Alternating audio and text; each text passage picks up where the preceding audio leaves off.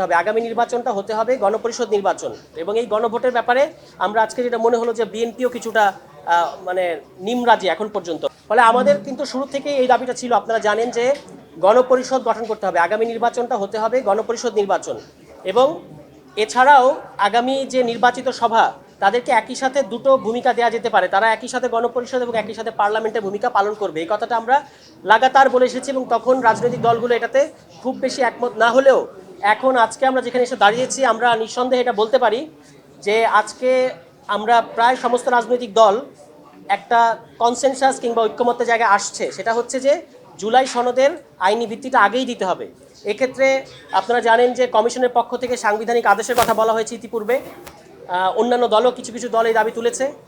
আমরা বলেছি যে আপনি আজকে যে কথাটা আমরা বলেছি আমাদের বক্তব্যে, যে সাংবিধানিক আদেশ হোক, লিগ্যাল ফ্রেম অর্ডার হোক অথবা রেফারেন্ডাম অর্ডিন্যান্স হোক, যে নামই হোক না কেন, এটার ভিত্তিতে একটা গণভোট করা হোক যেটা সাধারণ নির্বাচনের দিন একই সাথে অনুষ্ঠিত হবে এবং এই রেফারেন্ডামের মধ্য দিয়ে আগামীতে যারা নির্বাচিত হবে, নির্বাচিত যে সভা, তারা কিন্তু একই সাথে তাদের একটা মানে সাংবিধানিক পরিবর্তন করার এখতিয়ার থাকবে, যেটা সংশোধনীর চেয়ে বেশি কিছু। মানে শুধুমাত্র পার্লামেন্ট হিসেবে আমরা এটাকে দেখছি না, তার ডুয়েল রোল থাকবে। এটাই জনগণ রেফারেন্ডামের মধ্য দিয়ে অনুমোদন করবে, গণভোট। এবং এই গণভোটের ব্যাপারে আমরা আজকে যেটা মনে হলো যে বিএনপিও কিছুটা মানে নিমরাজি এখন পর্যন্ত, বাকিটা তারা তাদের অফিসিয়াল ব্রিফিংয়ে বলবে। এখন এই ক্ষেত্রে আমরা বলেছি যে অনেক আলোচনা হয়েছে এবং আলোচনা আর টেনে গিয়ে লাভ নাই। আমরা বুঝতে পারছি যে রাজনৈতিক দলগুলো যেটা বলেছে তারা এখানেই থাকবে। কমিশনকে আমরা আজকে অনুরোধ করেছি যে আপনারা এই যে আগামী বৈঠকে, এর আগে কমিশন কিন্তু আমাদেরকে বলেছেন যে আপনারা নিজেদের মধ্যে আলোচনা করে আসেন। তো রাজনৈতিক দলগুলো নিজেদের মধ্যে আলোচনা করেছে, ইনফর্মালি আলোচনা করেছে, সেমি আনুষ্ঠানিক আলোচনা করেছে, এগুলো আপনারা জানেন।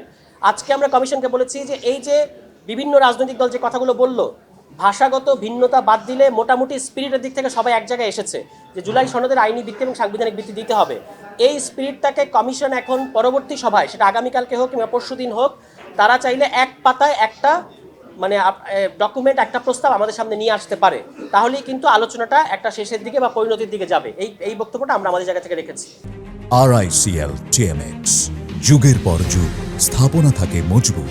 গণভোটটা এখন সবাই সিরিয়াসলি বিবেচনা করছে এবং আমাদেরও, যেহেতু আমরা জুলাই সনদকে আইনি ভিত্তি দেওয়ার ব্যাপারে সিরিয়াস, আমাদের গণভোটে খুব বড় রিজার্ভেশন নাই। কিন্তু সেই গণভোটটা হতে হবে জুলাই সনদ বাস্তবায়ন করছে যার মধ্য দিয়ে সেই গণভোট হতে হবে। গণভোটটা হবে জুলাই সনদের উপর। 84টা প্রশ্ন 86টা প্রশ্নের উপর কখনোই গণভোট হয় না। জুলাই সনদ জনগণ অ্যাপ্রুভ করছে কিনা এটার উপর গণভোট হবে, হ্যাঁ বা না। তো ফলে জুলাই সনদের ভেতরে যেগুলো আছে, নোট অফ ডিসেন্ট সহই এগুলো আসলে একমত হচ্ছে। যেমন এখানে এই কথাটা আজকে এসেছে, তত্ত্বাবধায়ক সরকার বাতিল করার সময় কিন্তু 4 জন একমত হয়েছিলেন আদালতের এবং 3 জন একমত হন নাই, কিন্তু তবু কিন্তু এটা বাতিল হয়েছে। অর্থাৎ নোট অফ ডিসেন্ট যেগুলোতে আছে এগুলো আসলে জুলাই সনদের মধ্য দিয়ে অনুমোদন হয়েছে বলে ধরে নিতে হবে। তাছাড়া এই যে আপার হাউসে পিয়ার হবে, এই আপার হাউসে পিয়ার, এটা একটা খুবই ফান্ডামেন্টাল রিফর্ম। আমরা কিন্তু এর ব্যাপারে কম্প্রোমাইজ করবো না, মানে এটা এখনো নোট অফ ডিসেন্টের এরিয়ায় আছে। তো এটা আশা করা যায় যে কমিশন জুলাই সনদটা চূড়ান্ত করার ক্ষেত্রে এই আপার হাউস এবং আপার হাউস পিয়ারের ভিত্তিতে এইটার ব্যাপারে তারা মানে এটাকে নোট অফ ডিসেন্টের বাইরে রাখবে, এটাকে সর্বজনীন ঐক্যমত্য হয়েছে ধরে নেবে না। চার্টার গণভোটের মধ্যে দিয়ে জনগণ চার্টারটাকে অ্যাপ্রুভ করবে এবং পরবর্তীতে যে এটাকে যে আবার একটা কনস্টিটিউশনাল ফ্রেমওয়ার্কের মধ্যে আনতে হয়, এটা করবে নেক্সট পার্লামেন্ট বা নেক্সট নির্বাচিত সভা।